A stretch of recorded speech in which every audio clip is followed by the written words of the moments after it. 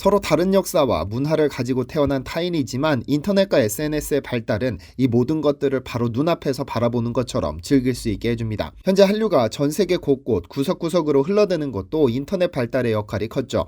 그런데 이런 전 세계 모든 것들을 실시간으로 확인할 수 있게 되면서 어떤 국가에서는 자연스러운 행동이 어떤 국가에서는 상당히 거북한 경우가 있습니다. 우리의 관점에서 상당히 이질적이어서 쉽게 받아들이기 어렵다는 것인데요. 고작 1시간 거리 떨어진 일본에도 보통의 한국인들은 이해하기 어려운 문화들이 있는데 이 때문에 일본의 홍보활동차 방문했던 한국 연예인들이 봉변을 당하는 경우가 있습니다. 마땅히 항의를 하고 싶어도 너무 예뻐서 그랬다며 이해할 수 없는 핑계를 대면 대응하기도 쉽지 않죠. 예뻐도 너무 예쁜 한국 여자 연예인들이 겪는 고초가 적지 않은데요.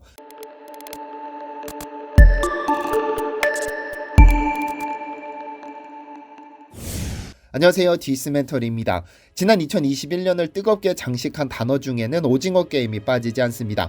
넷플릭스 오리지널 시리즈로 공개된 이후 어마어마한 인기를 끌면서 한국 컨텐츠의 저력을 다시 한번 확인시켜 주었죠. 그리고 공개 4개월이 지난 지금까지도 그 드라마와 배우들의 인기는 여전히 대단합니다. 이렇게 오징어 게임의 인기가 식을 줄 모르자 일본에서는 얼마 전 주연을 맡았던 이정재 배우를 예능 프로그램으로 초청합니다. 아래에서 다시 말씀드리기는 하겠지만 처음 이정재 배우가 일본 예능에 출연한다는 소식이 전해졌을 때 많은 팬들이 놀라움을 감추지 못했습니다. 특히 그가 출연하기로 한 프로그램은 일본판 무한도전이라 불리는 샤베쿠리 007이라는 프로그램으로 이정재 배우의 출연은 다소 놀라웠습니다. 워낙에 예능 프로그램 출연을 꺼리는 배우인데다 이 프로그램은 출연진들과 초대 손님이 함께 어우러지면서 게임을 하기 때문에 이미지가 한순간에 쉽게 망가질 수도 있기 때문이죠. 샤베쿠리 007은 2008년 처음 방송된 이후 13년간 월요일 저녁 9시라는 프라임타임에 방송되는 국민 예능 프로그램으로 누구나 출연하고픈 방송이기는 합니다. 화제성이 높아 방송 다음날 대화 주제로 단골 손님이니까요. 다만 이번 프로그램에서 이정재 배우는 직접 출연이 아닌 모니터로 출연하기는 했지만 방송 내내 일본인 게스트들은 세계적인 대배우를 눈앞에서 목격한다는 사실이 영광이었던지 상당히 다소곳했는데요.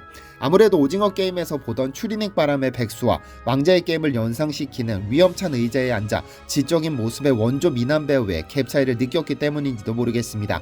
그런데 이정재 배우가 일본의 예능 방송에 출연한다는 소식이 전해졌을 때 많은 팬들이 우려를 표했던 것도 사실입니다. 왜냐하면 일본 방송에는 한국에서는 이해할 수 없는 이질스러운 행동들이 종종 발견되기 때문이죠. 지난 2001년 개봉한 차태현, 전지현 주연의 엽기적인 그녀라는 영화가 있습니다. 이 영화는 2001년이라는 다소 어려운 시기에 개봉했음에도 490만 명에 가까운 관객 수를 끌어모으면서 흥행을 기록했고 특히 전지현이라는 배우를 일약 스타덤에 올려뒀습니다. 지하철에서 술 취해 난동 부리는 그녀와 견우의 풋풋하면서 순수한 사랑을 코믹하게 녹여낸 명작인데요. 특히 전지현은 작품에서 화나면 막무가내로 폭력을 휘두르는 엽기적인 모습을 보였지만 전지현의 풋풋한 모습과 화려한 비주얼이 캐릭터의 매력을 배가시켰습니다. 과연 그녀가 없었다면 이 영화가 이렇게 성공했을까 싶을 만큼 그녀의 비중이 매우 높았죠. 영화가 끝난 이후에도 문 남성들은 영화 내용보다는 전지현이라는 배우에 대한 관심이 더 높았고 시간이 갈수록 그녀의 인기는 하늘 높은 줄 모르고 치솟았습니다. 그리고 엽기적인 그녀가 2003년 1월 31일 일본에서 개봉됩니다. 당연히 영화의 주연 배우였던 전지현은 홍보차 일본을 방문했고 아사히 TV의 간판 프로그램인 뉴스 스테이션에 출연하게 되는데요. 이 프로그램을 진행하는 쿠메 히로시라는 진행자는 웬만한 연예인보다 더 높은 인기를 자랑하는 원로 방송인입니다. 1944년생으로 그가 24살이던 1967년부터 방송을 시작했으니 어마어마한 경력을 자랑하죠. 평소 쿠메 히로시는 파격적인 방송을 하는 것으로 잘 알려져 있습니다. 아나운서 출신이기는 하지만 뉴스의 엄숙함을 떨치기 위해 혼신을 다했는데 은퇴방송에서 생방송 도중 맥주를 벌컥벌컥 마셨다는 사실만으로도 그가 얼마나 권위를 무시하는지에 대한 증거가 되고도 남습니다. 그런 그가 생방송에 전지현을 초대했다는 사실이 전해졌을 때도 많은 팬들이 이 방송에서 그가 어떤 돌발 행동을 할까 촉각을 곤두세웠었는데요. 결국 사고는 터지고 맙니다. 그녀는 인터뷰 중 일본에는 엽기적인 그녀 개봉에 맞춰 무대 인사 때문에 왔다면서 이번 기회가 저희 영화뿐만 아니라 한국 영화가 많이 진출하는 계기가 됐으면 좋겠다고 한국어로 말했습니다.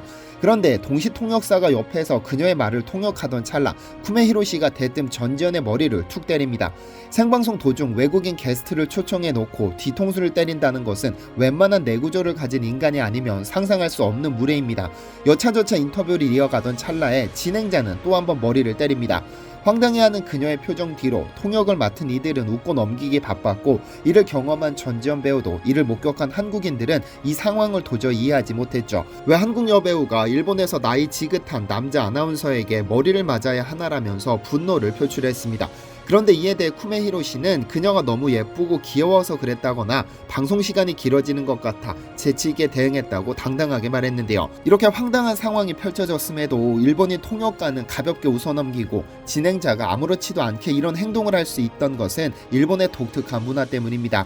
일본에는 츠코미 보케라는 문화가 있는데, 츠코미는 상대를 때리는 역할, 보케는 찰지게 맞아주는 역할을 뜻합니다. 특히 개그맨들 사이에서는 쉽게 통용되는 행동으로 만자이, 한국어로 만담이라는 개그 형태에서 기원합니다. 흔히 만담을 하면 한 명은 바보 같은 말을 하는 역할을, 또 한 명은 이를 혼내는 역할을 맡습니다. 이 대화의 오고감에서 웃음이 유발되죠. 그런데 일본에서는 츠코미가 가끔 보케를 나무라며 머리를 쥐어받기도 하는데, 이것이 현재까지 일본의 방송계에 남아있는 겁니다. 때로는 대화의 주제가 엉뚱한 곳으로 흘러가거나 소위 개드립이 시작될 때 말을 끊기 위해 사용되기도 합니다. 어쨌든 이러한 머리를 때리는 행위는 한국인들에게는 상당히 기분 나쁜 행동이고 상당히 예의 없다고 느껴지지만, 일본에서는 이러한 행위가 가벼운 웃음거리로 치부되기도 하는데요. 상당히 이질적이고 이해할 수 없는 문화 중 하나로 보입니다. 어쨌든 이런 사건이 있기는 했으나, 이후로도 그녀는 종종 영화 홍보를 위해 일본을 방문할 수밖에 없었지만, 한국 팬들은 그녀가 일본을 방문할 때마다 또 어떤 공경에 빠질까 노심초사하기만 했었는데요. 그런데 쿠메이로 씨가 처음 전지현이 너무 예쁘고 귀여워서 그랬다는 핑계도 거짓은 아닌 듯 합니다. 전지현은 이 사건이 있은 2003년 이후로 영화가 개봉할 때마다 일본을 방문해 홍보 활동을 펼쳐왔는데, 그녀가 등장할 때마다 일본인들은 그녀에게 이게 진짜 여신이라든지 국보급 미모라거나 또는 저 여자 옆에 가면 우리는 오징어 등등 그녀의 외모를 칭찬하기 바빴죠. 그런데 비록 전지현 씨를 예시로 들기는 했으나, 한국 여자 연예인들의 외모는 외국인들에게는 수천억을 들여서라도 반드시 가지고 싶은 선망의 대상입니다. 그리고 이는 한국에게 어마어마한 외화벌이 수단이 되었죠. 아마 여러분들도 의료관광이라는 용어를 들어보신 적이 있으실 겁니다. 이 의료관광이라는 것은 외국인들이 세계 최고 수준의 진료를 받기 위해 한국을 방문하는 것을 말합니다. 쉽게 말해 한국인 의사에게 진료받기 위해 한국을 방문하는 것인데, 이를 관광과 연계해 외화를 벌어들이는 것을 말하죠. 그런데 1992년 한중수교가 체결된 이후로 한국 드라마가 수출되기 시작하면서 중국 및 아시아 지역에서 뚜렷하게 성장하기 시작한 것이 바로 이 의료관광입니다. 특히 성형외과 분야의 성장이 어마어마한데, 중국과 일본인 의료관광객이 가장 많이 다녀가는 곳이 바로 강남에 소재한 성형외과라고 하죠. 중국에는 그 인구수만큼이나 셀 수 없이 많은 배우들이 존재합니다. 수없이 많은 배우들 사이에서 생존하기 위해서는 나름의 생존 전략을 갖추어야 하는데, 장욱이라는 여배우는 그 생존 전략으로 한국 여배우를 선택했습니다. 그녀는 한국에서는 짝퉁 송혜교라고 불리지만 중국에서는 송혜교 닮은 꼴로 어마어마한 인기를 끌었는데요. 몇 년 전 그녀는 달랑 사진 한 장을 들고는 강남의 성형외과를 찾았습니다. 그리고는 송혜교처럼 만들어 달라면서 견적을 받았죠. 그리고 그녀는 안면윤곽, 쌍꺼풀 수술 등으로 완전히 다른 사람이 되었습니다. 성형 후 붓기를 빼고 다시 방송에 출연하기 시작한 그녀는 송혜교 닮은 꼴로 화제를 모으며 인기를 끌기 시작했고, 톱 여배우의 자리를 꿰찼죠. 타카시마 메이미라는 일본 여배우 역시 한국에서 성형수술로 완전히 새로운 사람으로 태어나 화제가 되기도 했는데요. 전직 코스튬 플레이어이자 아이돌 그룹 AXE 출신인 그녀는 성인 배우로 데뷔하기 위해 한국의 성형외과를 찾은 것으로 알려졌습니다.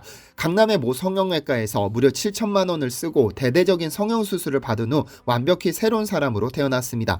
보통의 배우들은 성형수술을 받은 것에 대해 감추거나 아니라고 잡아떼는 반면, 그녀는 수술 후 인생이 180도 달라졌다면서 자랑스럽게 한국에서 성형수술을 받았다는 사실을 공개하고 있죠. 한국 여배우처럼 아름다워지고 싶다는 꿈은 비단 배우들에 국한되는 것은 아닙니다. 한국보건산업진흥원에 따르면 한국의 성형외과를 찾아온 외국인 환자 수는 2018년 기준 5만 명을 육박하는데, 그중 41%가 중국인, 18%가 일본인, 9%가 태국인, 5%가 미국인으로 나타났습니다. 이들 중에는 대다수는 일반인이고 단순히 아름다움을 추구하기 위한 목적이 클 것은 자명한 사실입니다.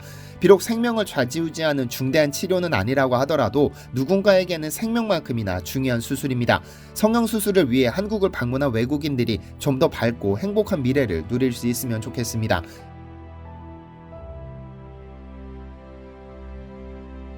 시청해주셔서 감사합니다.